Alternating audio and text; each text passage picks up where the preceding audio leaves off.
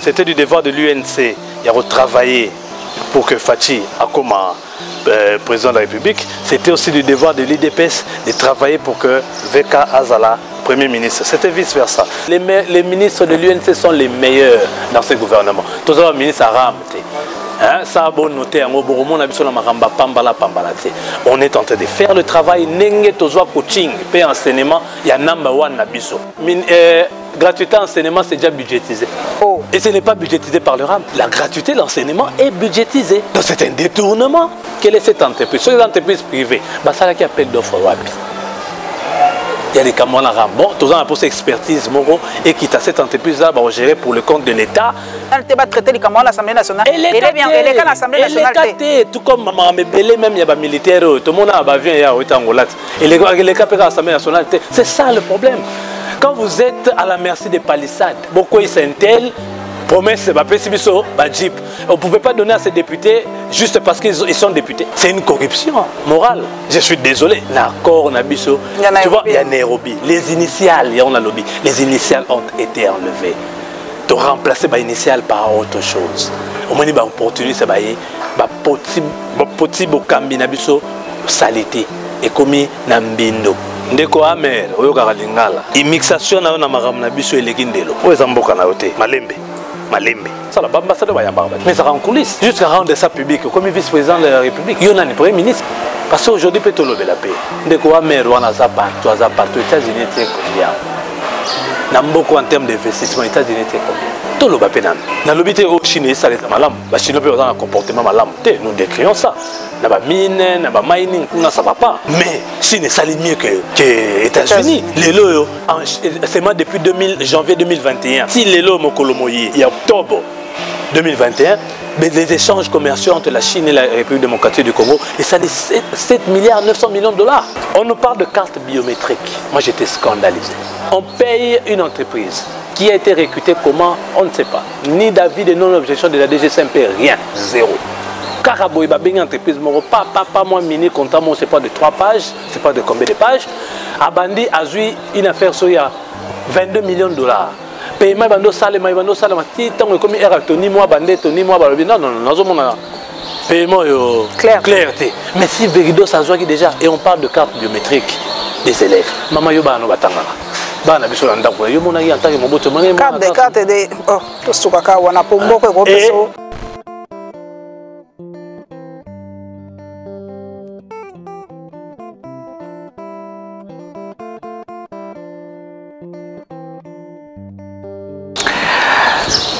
Lelo nazana esengwa koyamba lisusu cadre ya UNC parti cher ya Vital Kamerhe.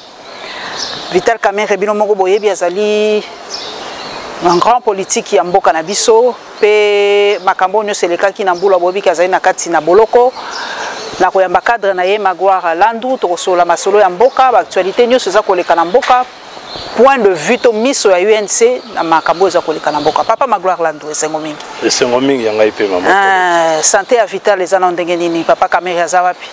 Papa Kamerhe aza kaka na nganda bazolandela toujours santé na ye. OK. Chute ezaki makasi. Donc faut relandela ngo à récupérer progressivement et on prend le temps à avoir soin comme il se doit à défaut d'aller à l'extérieur du pays. Ngana ninga devoir de mémoire mingi Papa Magloire Landu ninga kozongela histoire. Po na mona epesa biso ba piste atala ki vidéo moko ya Papa Vital Kamerhe alekaki na chaîne moko ya Libanda Africa 24. Azai ko pesa biso tokolo banini essence ya corps ya Nairobi. Alobaki soki Papa Fachi Abimi mokonzi ye premier ministre. Et Mandeko ya yepe vice versa. Mais lelo na makambo eleki. Yebisa biso no Papa Magloire. Accord ya Nairobi yango eza wapi? Toboza kaka sûr que en 2023 candidat na bino zaka Vital Kamerhe. Mais accord ya Nairobi ezali kaka te. Pour yango so toza na gouvernement, toza na pouvoir na président Félix, c'est dû à cet accord. Et ça dû à faire au hasard te. Toza na pour na likambo wana politique tout comme dans la vie pouvait proposer mais Nzambe à disposer autrement. Et que ça là que toza qui majorité au parlement tout ça qui ne soit parce que et lors bandero mingi babo sanara c'était aussi du devoir c'était du devoir de l'UNC. Il y a retravaillé pour que Fachi akoma président de la République, c'était aussi du devoir de l'IDPS de travailler pour que VK Azala Premier ministre. C'était vice-versa. C'est-à-dire, Bissonioso, tout le monde député est belé. C'est-à-dire, Bissonioso, tout ça là, est-ce que Fachi a comme chef de l'État? L'accord existe, l'accord est là. Et Liboso na yango, on est allé, Mabongisi Anzam, mais tout ça est kokende. Mais Koloba était que l'accord wana et Limoueto, ils ont les sociétés. Non, non, ça c'est. Mais c'est quoi la relation à Bino? Kondi bakoza na bango bonne entente, il y a pas de problème. Pour mo konzi mboka yemoko, baloba loba qui a bien pour na papa vital to ka ki yango que c'est un homme boye boye to ka ki yango. Mais entre bino base. Est-ce que boka na resusu? Ba cadre ya C base na bino population na bino ba membre na bino est-ce que boka na penza IDPS en tout cas entre le haut cadre par exemple to kutanaka to solo laka hein ba base mususu écoutez masse beza na ba réaction nango hein fou les en ba réaction nango base les en ba réaction nango kobo santé base wana et boyelaka Vital Kamerhe signature ya accord ya Genève base wana boyelaka Félix Tshisekedi signature ya accord ya Genève il y a même accord c'est-à-dire que tout le baïté que base, c'est vrai avec cette histoire d'arrestation. Moi, Kokoso et Kotaki Nakata Libota, mais tu as éliqué été, tu as amorcé quand même Marambe Belé pour que Marambe Zonga Nenge Ezalaki na Ebandelia Bokonjo pour que le président Nabiso a réussi totalement mandat nae. Tout le monde va donner le ministre Bakoti Ming Nakata mandat Fachi. Vous savez comment on a Bakok à Jean Belé. Tu as esprit, tu as l'esprit initial de ses pouvoirs et qu'aucun côté Kabiso parce que tu ramasses mingi batu ya opportuniste tu ramasses bango mingi et on sait comment on a mandé de souffrir président de la République qu'on a la volonté mais l'action sur terrain ce que tu tambo ici ba micro et c'est comment on a passé parce que ba initial o ça qui beaucoup ndio route bandeli to joie qui on to tchaki on pandi poto font la porte un opportuniste question de se régler des comptes et consort et tout ça qui n'est pas mais tout le bail que tu as raté formellement non ça c'est faux mais au moins il y a des démarches amorcées pour que les sangas et caractérisés ou d'accord en Nairobi avec maigre moyens, avec peu de chance, hein, batuming va penser que chance, mais to comité place au to commis, les sangas wana tozong sango, ne serait-ce encore une fois pour les échéances électorales à venir. Prochaine ouais. Papa gouvernement de Warrior Rizali, ba membre UNC Bazali, mais batomingi ponga na tuna la population nationale bango mingi babi. Ah, ba ministre ngwe UNC batina kati pe msezo mona mama penza cotation na kopetanga kombote po mais boye moko ebi ba bazana le meilleur ministre il y a gouvernement de Warrior et ministre UNC on a plus gradé ministre d'état ministre du budget il y a Wayambo il y a UNC dans le gouvernement à Salé l'euro dans le Salamate à Salé nini papa ba liboso budget a été déposé dans les délais constitutionnels. C'est-à-dire le 15 septembre, depuis Congo et Zala, Mbala Liboso, rentrée parlementaire, na budget Mbaramon na Messaya. Il y a les deux chambres. C'est pour la première fois. Et avec une croissance, un accroissement de 41%. Ok, un très bon mariage de recettes et de dépenses équilibré d'une manière très équilibrée et ça a été à déposer par document pour que attends tozui nakoy koloba wayambo ezali sous ministre des affaires foncières mbala liboso toza na bancarisation des opérations bancaires des opérations foncières vente et achat. Il y a le pango et au-delà de $10 000 et que ça la sous-société de Maboko Bank les lots fait les cana banque pour que l'État a tracé bon traçabilité ça pour que 3% ils ont il y a l'État ils ont réellement parce qu'on assistait ici à des minorisations il y a acte de vente au moins maintenant que le pango bayoka le pango $100 000 mais acte de vente pour la qui c'est $40 000 tant au 3% et comme $12 000 donc et comme insignifiant c'est pas mal de $1 200 et comme insignifiant que ceux qui ont qui $100 000 qui allaient faire $3 000 le reste on a sur $1 800 ils ont qui n'est qu'à raboyer il y a bateau à côté bancarisation à côté les lots mercurial les alliés unité de prix c'est-à-dire que tu côté qu'à n'importe comment il faut avec expertise. Ah ok donc avec expertise il faut expert pour évaluer. Pour que mbongo wana échappera il y a l'état et ça parce que ba prise à la tête que mutalamu ki karaboye a betinda ku 3 millions 2 millions non tu évaluer par rapport à milieu par rapport à l'expertise et salami il y a tant d'autres a memi et logo ya ba agent c'est pour la première fois l'agent les lots comme bancarisé pour la prime. Et je bandana budget oyo. Je crois que ça doit prendre effet en novembre ici. Tous les ministres et les vice-ministres de la justice, ministre de la culture, tous savez comment la dame est en train de se battre. Néanmoins, culture est en bon côté, tu es bien, on va affecter bon culture est en bon, mais l'État affectera budget mingité pour booster. Mais c'est une dame qui est en train vraiment de se battre. Donc dire que tous les ministres de PME. Ministre d'État, d'ailleurs, ministre d'État, ministre Estache à PME. Ministre Wana Assalinine. À travers lui, la Banque mondiale a financé à hauteur de 50 000 $ jusqu'à 100 000 $ 162 entreprises. Oh, bravo. Pour encourager les petites et moyennes entreprises. 162 entreprises. Les ministres de l'UNC sont les meilleurs dans ce gouvernement. Tous les ministres Aram. Ça a bon noté, on est en train de faire le travail. Coaching, enseignement, il y a number one nabiso. Au côté déjà, il y a aussi au côté de l'isole fana ya likambona ram papa. Ramo yo, bato bako comprendre moté. Autant que bandi, pendenge tozo koma boy bato bazo comprendre. Bazola mukaka na tongo, bazo kata. Bazola mukaka na tongo, bazo kata. Bino UNC. Bokanisaka nini pona? Est-ce que vous avez une action par rapport à comprendre et à expliquer Batora moi? UNC d'abord a fait cette position officielle montée pour okay. En tant que cadre, je peux réfléchir, chose que je suis en train d'ailleurs de faire. Je constate seulement que taxe, taux, impôt et RAM, rémunération, taxe, beaucoup de magouilles. Hein, ça quand même faut le dire. D'abord, qui perçoit cette taxe? Bateau bazora ba taxe na ba impôt à l'État, ils allaient ba trois régies financières au TEB. Des GDA, des GERAD, des GI. Dango bazora côté. DG. Yo qui DG ani ne kuna ekenda na percevoir mbongo. Yo qui note de perception des GERAD. Nengo yo na parlement yo qui il a fait la perception. Et allons ma question to éviter tout ça la réponse. Ça c'est de 1. De 2. Quelle est cette entreprise? Où y a un projet porté projet ou quelle est cette unité, c'est-à-dire quel est cet organe où l'État s'allie à côté pour accompagner la politique de RAM. Parce que pour ça, il y a un plaire modèle où tout Congolais a une SIM card à l'affecter. Mais pour ça, il y a un organe à côté, une direction ou un projet, un organe à côté où il faut gérer, et ça quand même aberrant. Fallait nous montrer la structure. Quelle est cette structure-là?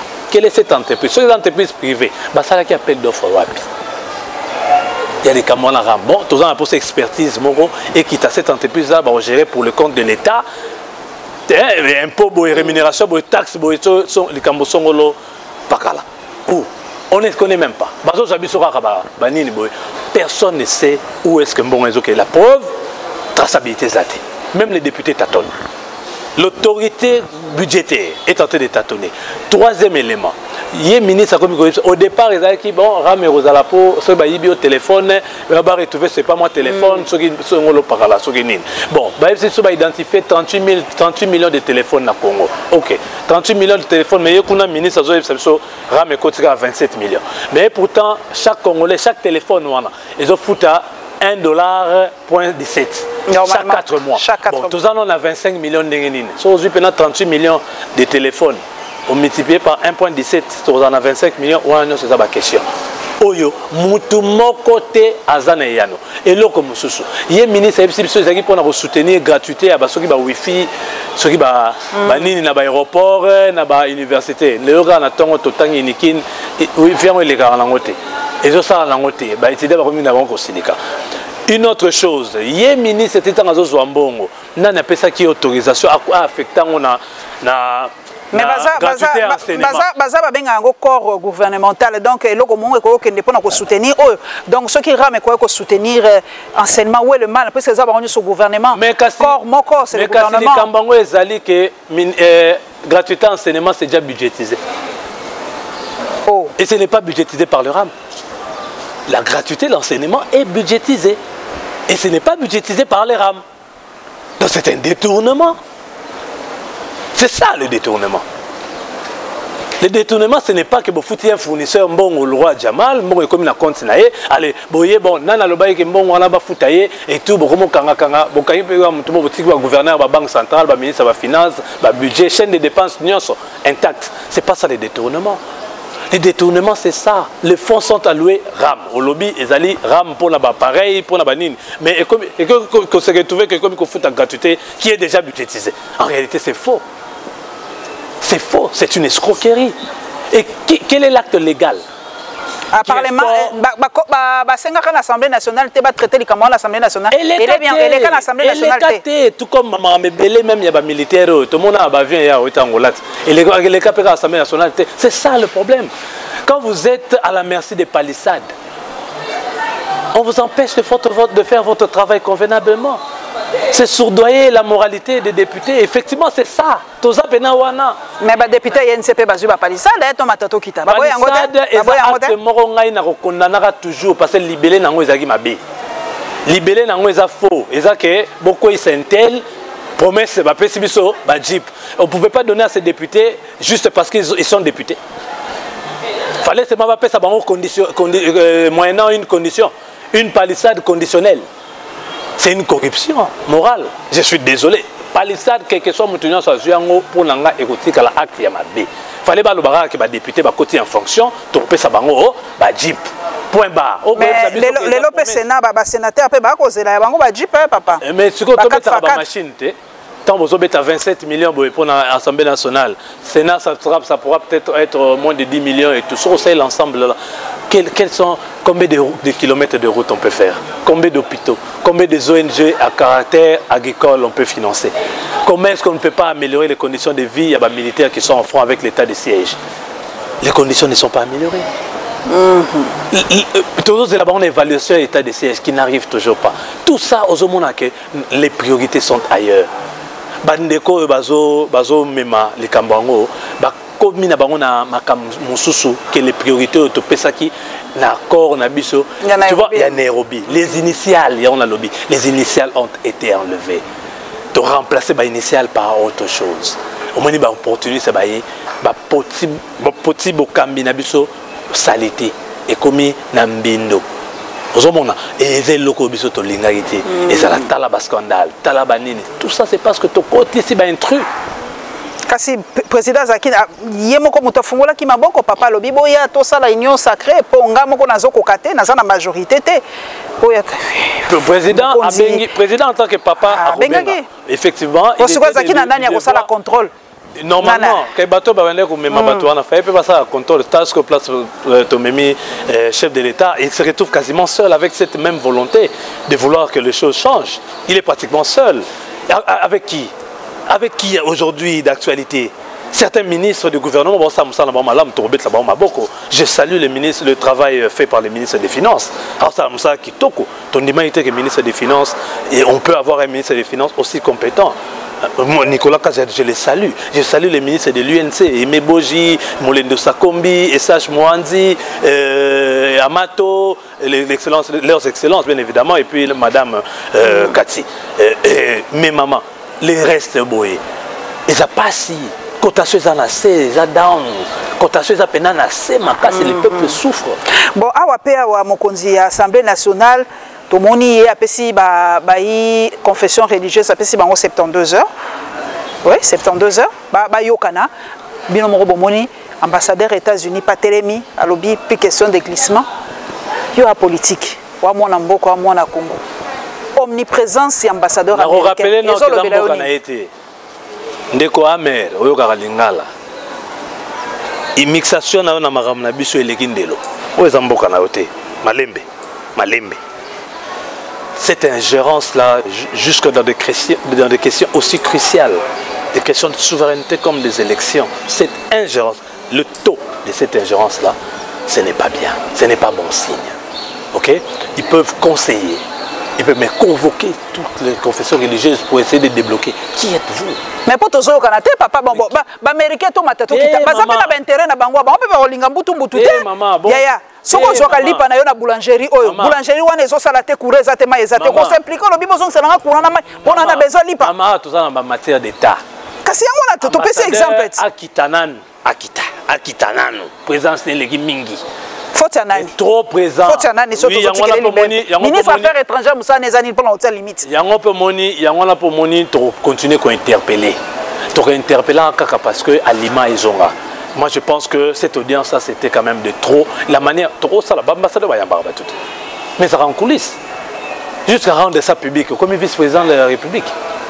Il y en a un premier ministre. Non. Ça c'est de un. De deux. Mbosso, président, il y a la chambre basse, il y a parlement, honorable, APC 72 heures.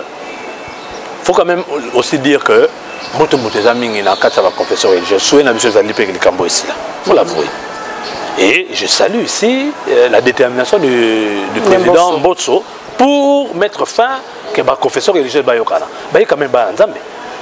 Toujours parce que Batumoro Bayi Nzambe, il faut Bayokana. Baïba Nzambe bao bazana tort bandi bazana tort en leurs âmes et conscience. Bao bazana raison, ba approcher bao bazana tort tout ça liboke moko pour que tout soit bonami. Attends voulu par la constitution. OK? Président Mbosso beti na mesa ba ndeko ya ba confession religieux ba nganga Nzambe.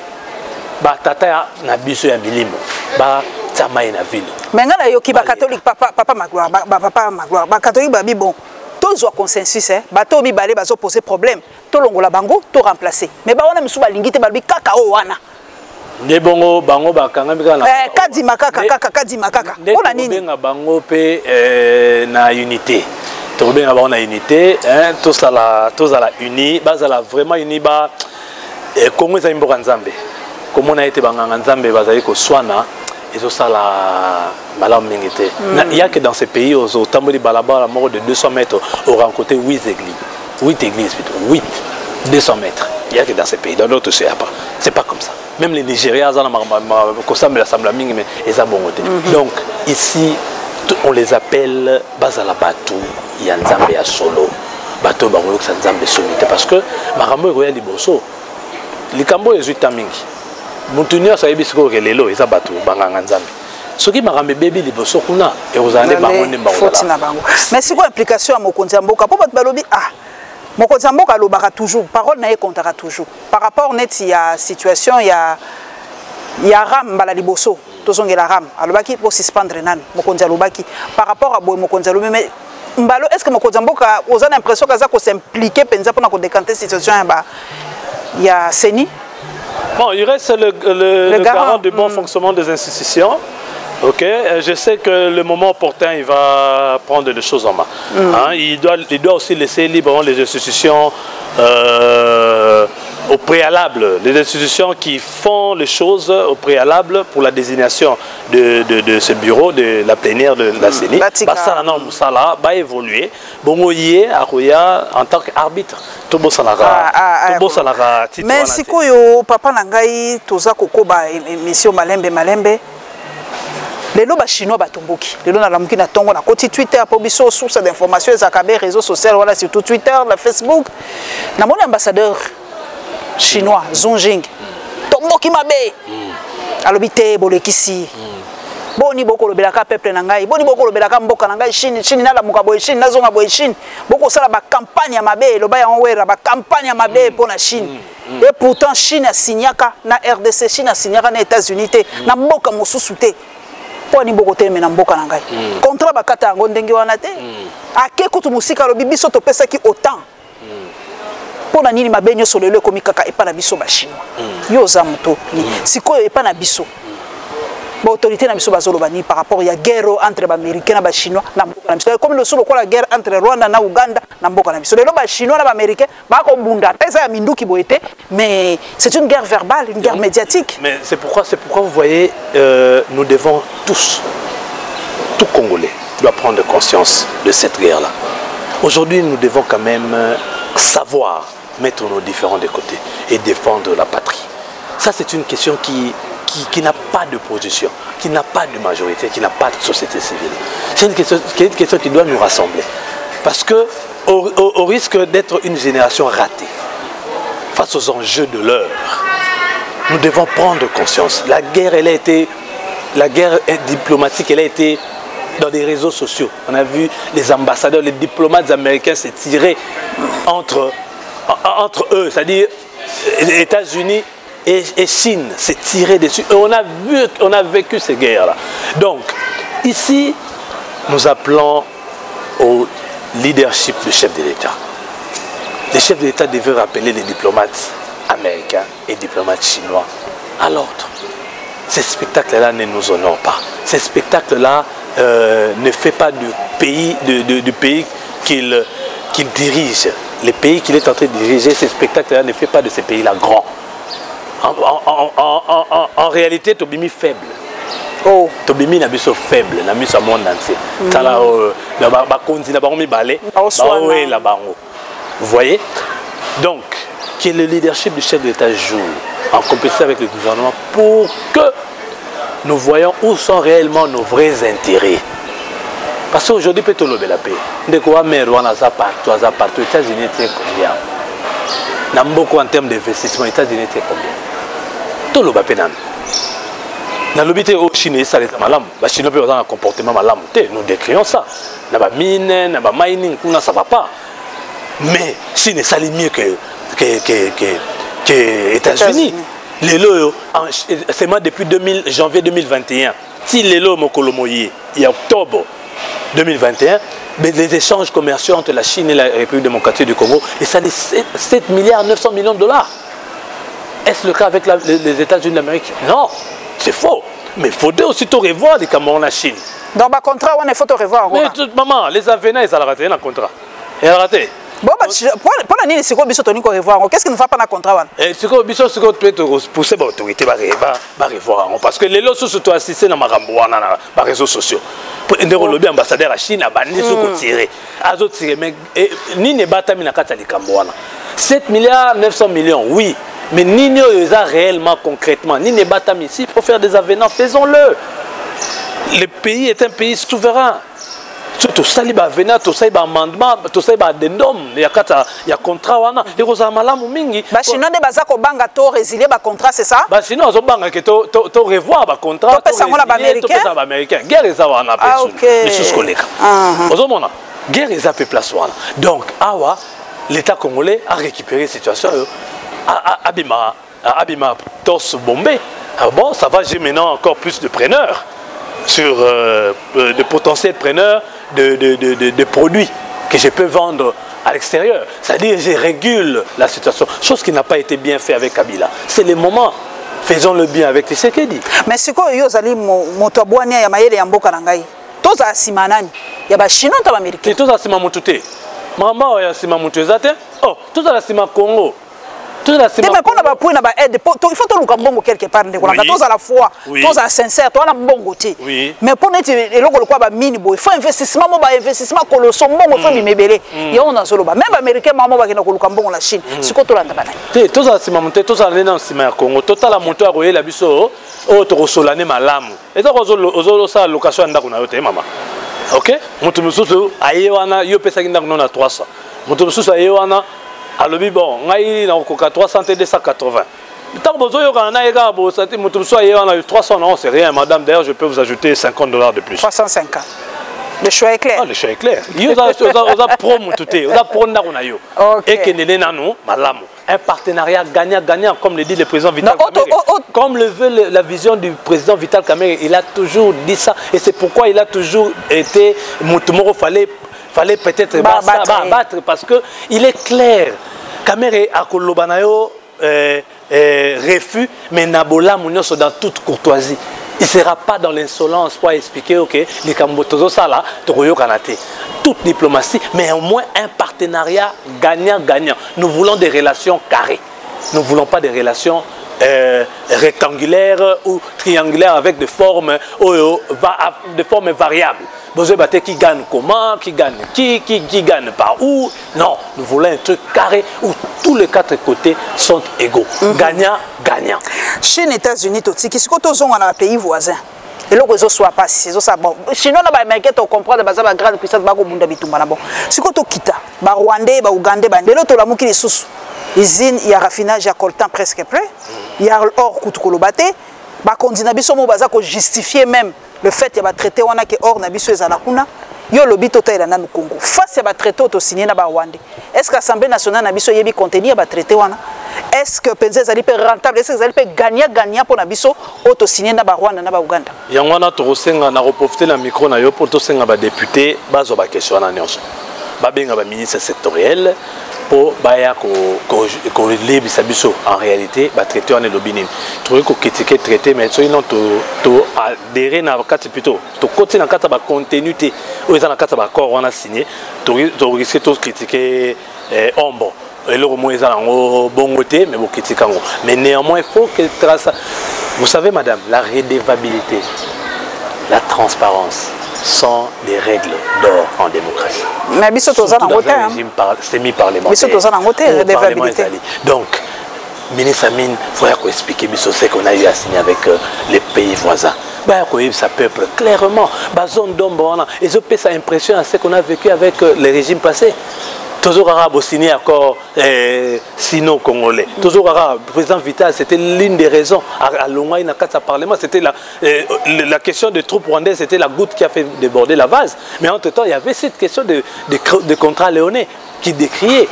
Contrat pourquoi est-ce que les Aranaïdés, les peuples Aranaïdés, que une chose est sûre, ce qui présente Félix a mis terrain. Na carte ba contrat, c'est-à-dire moi transparence on est allé. Les gens ont une idée. C'est-à-dire il faut pas être dans la question floue. Parce que ba élu wana, ba ozonga pour ba voter bango. Gouvernement a émanation ya parlement. Bon, ce qui déjà ba élu, ba za ba réponse sur des questions de gestion. Pas si ça. Trop bien sa majorité parlementaire n'est.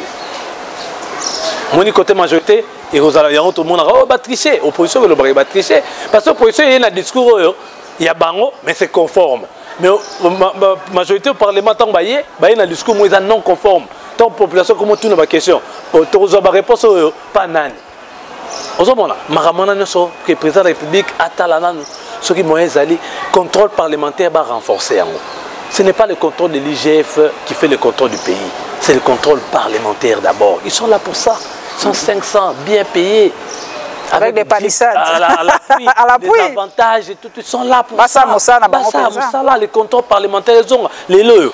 Quelle est cette image que le peuple, même les jeunes filles, les jeunes garçons, quelle est cette image sur notre Parlement? L'endroit où avoir des palissades. Où avoir un peu de trucs. Monnayage, on a décrié ça avec le régime de Kabila. Moutaïna motion boy. Donc ministre Roya, motion boy. Je retire ma signature. Les lots ballons la signature. Mais comment il y a live. Aux autres députés Mati Penabia Wambongo et Tamboli. Quelle honte! Honte macasse. Quelle honte, vous voyez? Vous voyez les parlements des 13 parlementaires, les parlements où il y avait qui se loquaient, les Kassavou, les parlements à l'époque, vous voyez vraiment les parlementaires. Il faut qu'il piobe, tu as le parlement là, vous voyez les parlements venir, et puis ils ont solo, le parlement. Parlement est macasse. Vraiment. Donc, spectacle, match. C'est des gens qui légifèrent. Mibeko, ils ont marabatamayele. Ils ont fait la pékimia. Batanga baloi, parce que baloi on peut ramikete. Ils ont appelé moi voluminer, intérioriser, on va comme vrai citoyen pour l'intérêt de la nation. Mais tu as là débat. Bongo etamboli. Awa mbongo etamboli. On n'a pas besoin de ce spectacle. À cette allure, le président Fachi aura plutôt du pain sur la planche. En 2023. Apollo Bélier, Tolo Belapena Nouye a voyagé, Mingi Mikola, aux États-Unis et tout ça. Bato Balingi, Natuna Yomotuna. Est-ce que ma voyage n'est pas Mibembe, n'est pas Mokondiamboka? Est-ce que ça peut rapporter l'eau pour Namboka Nabiso? Soyez sincère, Penza. À ma connaissance, je n'ai pas rapporté. Et Namoni aide, il y a FMI. Il faut souligner ça, il faut être franc. Mais Babi, on est normal, c'est logique, il fallait que on rappelle dans le programme. Et ça m'a rappelé et l'eau exceptionnel. Mais il fallait que on rappelle dans le programme. C'était important, ça, mais à part ça, je n'ai pas encore vu les retombées. Moni, même malgré ça, Métropoli na Sadek, avec 0 voix, ça y est, il y a est-ce que j'ai la francophonie, Papa Magloire? Et comme il y a il faut tout ça la francophonie en 2022, ouais. T'es 2022. Est-ce qu'on l'équipe déjà quelque part, au moins déjà dans le stade Bazobong. Kaka stade. Dans le stade. Sur place, athlète bakola là, banida ko sala. Peut-être Bazo miser sur hôtel ou tout ça. Ah bon? Cité ya athlète zaté. C'est n'indimité. N'indimité. Faut aussi dire que mon réseau bimaming na sens ya consommation. Toujours consommer mingi. Train de vie à l'institution dans ma casse mingi. Aujourd'hui déjà l'institution lui a sommé sur le addition à bango annuel. Ils ont pesé dans le budget. Aujourd'hui la rémunération agents et fonctionnaires de l'État, ils ont trop l'écolo trop en telle enseigne que sur le plan investissement, on a un budget de 0,9%. Investissement. Bon, voulez-vous faire avoir une économie forte comment? Quand vous investissez. Mais l'institution au papa bozo bango bazo zambongo ebele mais ce qui va yebi singai. Ba motabwania que enseignant ba baxeli bango 40 000 francs. Ozo kandeni. Bon, c'est vrai que c'est peu. Hein, faut dire c'est peu par rapport à la conjoncture, hein, vie comita lomingi na Kinshasa. Vie comita lomingi. Vous savez que vous avez que totika mbongo anda même biso ba papa. Et tu tiki mbongo, oui déjà tu bêtes la machine, maman va se débrouiller là-bas. Mais comme mes collègues les cas, bah couper les pas problème au tiki boé, au moins ils ont ça là peu de temps que yo bêtes la qui machine. Bah papa me soutient que n'est pas na wente biso moko. Ok vérifier quoi. Maman zoko ça. Maman zoko.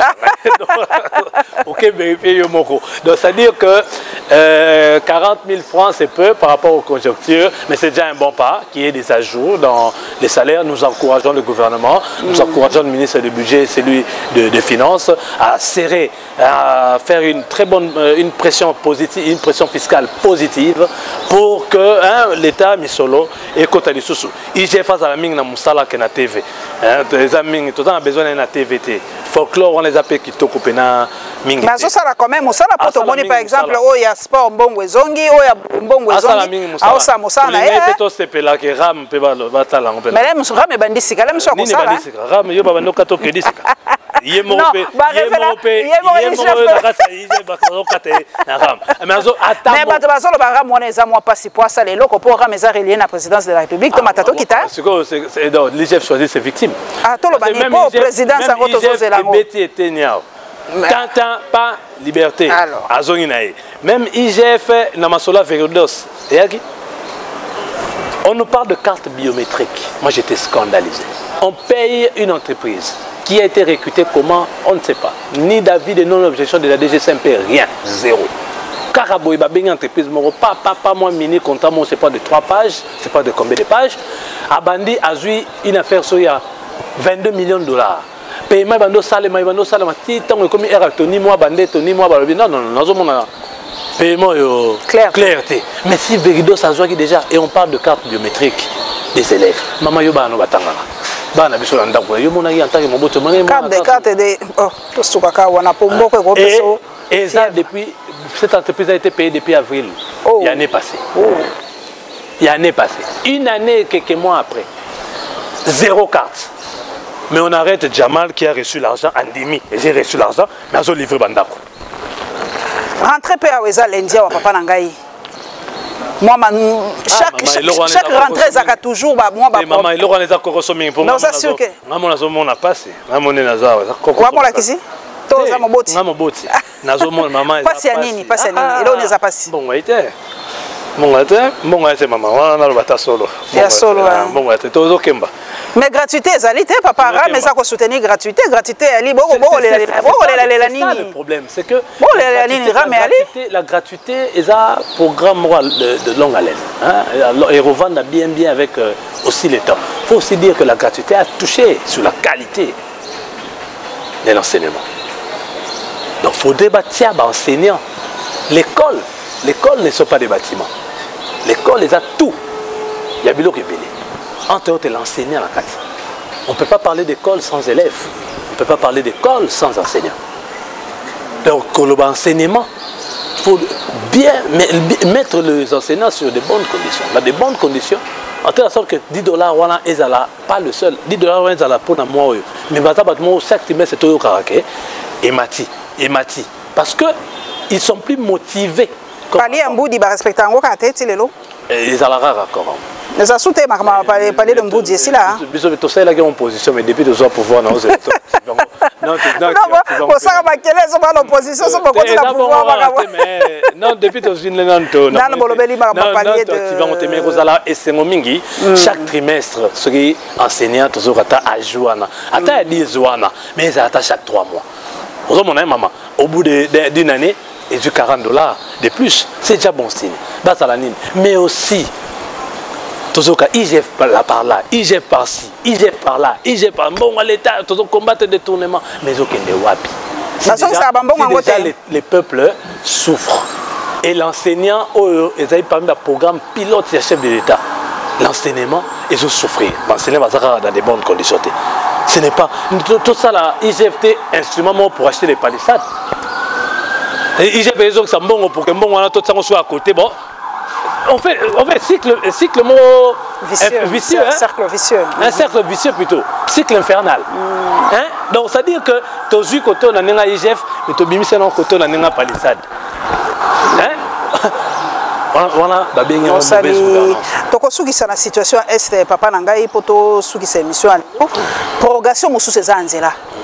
Moko dia sengi suba projet pas loba ki ngo kuna na Nations Unies lobi état de siège ko tikala ti ce qui makambo nyo ceci.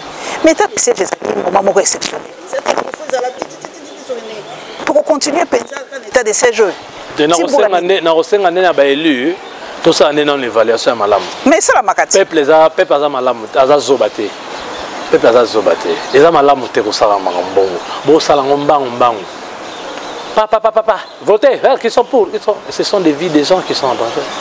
C'est un ordre hors constitutionnel, bon, pas hors constitutionnel, mais c'est un ordre anormal, parce que ce n'est pas ça la normalité. La normalité voudrait que ce soit un gouverneur civil et une assemblée provinciale. C'est ça la normalité. Mais aujourd'hui, tout ça est supprimé. Nous sommes dans la normalité. C'est-à-dire cet ordre-là ne peut pas persister, ne peut pas rester. Mais Ebanina, légiférateur, contrôleur, les assemblées, ça a une évaluation malam. Et puis, nous avons en tant que chef des armées, tout la stratégie au-delà de l'état de siège. Et là, c'est pas limite. Parce que ce sont aussi des chiffres depuis l'état de siège. Les chiffres ne sont pas normaux. Le député Minga Est, ça ne va pas. Ça ne va pas. Les chiffres ne sont pas. Mais ça va de mieux en mieux. Mais ici, tout la stratégie. Tout le dialogue dans le cadre de Cameroun. Dialogue avec la police, c'était dialogue il y a bateau Akuna. Tout bakisa dialogue. Non, on va payer étranger, tout bakisa, tout élargir le champ. Tout jouer consensus de tout le monde pour que Mandoki réellement équitable. En tout cas, ce sont des attaques et des guerres asymétriques. Une stratégie ne suffira pas. Ça ne suffira pas. La preuve, nous assistons maintenant dans l'état de siège qu'il y a eu des explosions. Des paroisses. Ils ont bon ils avaient kingo et tout mais neza nako kata ba kingo nako boma batu et na ba bombe maman mais oui on va ba bombe ba paroisse explosée tout vous voyez maman donc nous on a un mon candidat là à Baksanini à joindre autour de lui ba notable ba grand nom à est de la République du Congo du pays démocratique du pays du Congo plutôt et ensemble qu'ils fassent même des caravanes. Vraiment, il faudrait que l'État sensibilise. Parce qu'il y a certaines groupes armées, ce sont des jeunes. Ce sont des jeunes carabongo qui donc recruter facilement. Par contre, si les conditions, s'ils sont sensibilisés, les conditions de vie, tout ça, il faudrait vraiment un plan pour cette sortie de guerre là. Sinon, kaka état de siège insuffisance et surtout conformément aux promesses de campagne. Toujours qu'il disait dans 2 mois 2022. Toujours qu'il disait. Cette situation est le lingo boy. Tout ça sûr que tout mis dans le miroir. Marambo président de la République le bac Rostala. Cette situation est très bonne à Lonyango. À Lonyango a échoué. Il faut aider mon Konzamboka na idée donc à élargir. Tout ça vraiment na souka papa élection zali na 2023. Na yebité soki Vital akobima na yebité. Yo moko lobaki l'homme propose de dispose. Est-ce que soki abimité bon ça déjà na un candidat qui de remplacement. C'est trop tôt. Oh, pour l'année. C'est trop tôt. Pour les bisous africains, on a comme des trop tôt. Pour l'année, trop tôt. C'est trop tôt. C'est dans 2 ans, hein? C'est dans 1 an d'ailleurs. Non, sur la candidature, c'est trop tôt. C'est trop tôt. Bozo banga la bino pour bord na binoté. Bo banga la bino. Non, pas. UNC banga. Peut-être maman, UNC c'est une machine politique. Mais il y a une machine politique. On est déjà notre candidat à la déjà. Caméra en prison, je peux vous dire droit dans les yeux. Aujourd'hui, le parti est 10 fois plus fort. Il y a solo. Mais maman, je m'en vais à Twitter. À travers la République. Maman. Donc, UNC, ils ont parti mon rebangaraté. Tu as affronté le pouvoir passé et on a eu des résultats. Tu tiens ma ramena mais ça tu as na terrain na mitou. Le roi bana Kinshasa solo pena. Na UNC. Ça dit azana moi doza ki yankena moi na kin mais mutupe a kena moi chiki. Moi na kin ya solo yewana. Biso bana to envers ba vena biso misusu ya ba Kinshasa. Mais na kati ya UNC c'est la condition sine qua non. La libération de Vital Kamerhe oriente nos prochaines prises de position politiques. Oh, et ça chantage, bon ça la mokondi mboka. Ça chantage té. Et ça vérité. Non maman, et ça vérité. Et ça vérité. La politique, et ça va. Donc est-ce que net de rôle babo, est-ce que mokondi a perdre Basiona ya est? Maman. Est-ce que mokondi a perdre est? Au rotanga malobate, na ona yebisu eza bongo la libération de Vital Kamerhe blanchie dans cette affaire frauduleuse, montée de toutes pièces, et la condition sine qua non de tout probable réalliance pour la 2023 avec tout celui qui viendra. Celui qui va s'en moquer ne nous aura pas avec lui. Et l'UNC travaille ardemment pour implanter son parti à travers toute la République. Mais tant que Balobaka que Azali candidat prisonnier politique il y a yéme mokondi mboka ateke pe na garage pour ndenge na accord na Nairobi fallait yemtaza la président en 2023 Balobaka Azali prisonnier na yémoko politique ce qui mokondi mboka lobi abimalilo ko bimalilo. On partage un point de vue là. Est-ce que ça prisonnier politique Vital Kamerhe c'est un prisonnier politique. Je le dis. Je le dirai maman, c'est un prisonnier politique. Je suis expert en passation de marché. OK? On ne peut pas condamner quelqu'un qui n'a pas signé un contrat, qui n'a pas signé, lui n'a pas signé. Ceux qui ont signé, qui ont entamé la procédure, Bazar Kimia, ceux qui ont décaissé, Bazar Kimia, il y a quand même une chaîne de dépenses dans ce pays. Tous sont tranquilles, sauf une personne qui n'a reçu que cher directeur de cabinet exécuter ça. Non, ça n'a pas de sens. Ça n'a pas de sens. Et puis les détournements, ils ont des détournements, c'est ça les détournements. Détournement, ils ont raté que l'équipe n'a compte à banque centrale et qui n'a compte à un individu connu et qui est en train de travailler. Vous appelez ça détournement. Je suis désolé, c'est pas ça le détournement. Et ça va faute grave, c'est la bourde politique de ce régime. C'était une erreur grave. Côté Kamarambo est comme assis, place et comme. Mais jusque-là, nous sommes encore dans l'union sacrée, dans le cash avec le chef de l'État. OK. Mais tout probable alliance est conditionnée et sine par la libération de Vital Kamerhe. Sans sa libération, match à faux. Année électorale, Kalamingi 2022, Congolaises, tous au déjà en 2022, bilan comme ça là déjà, boyoki Magloire Landa Lobby. 2023, ce VK Libanda te alliance ati. Binomo boyoki, soga bimite alliance ati, muna mutozana nzela na et advienne que pourra. Merci papa Magloire. Merci beaucoup maman. Merci beaucoup. Nzamba batela bino formule nanga ezakaka. Utia nzambe au centre de tout, abatela bino, abatela pe biso lokola. Merci beaucoup. Merci.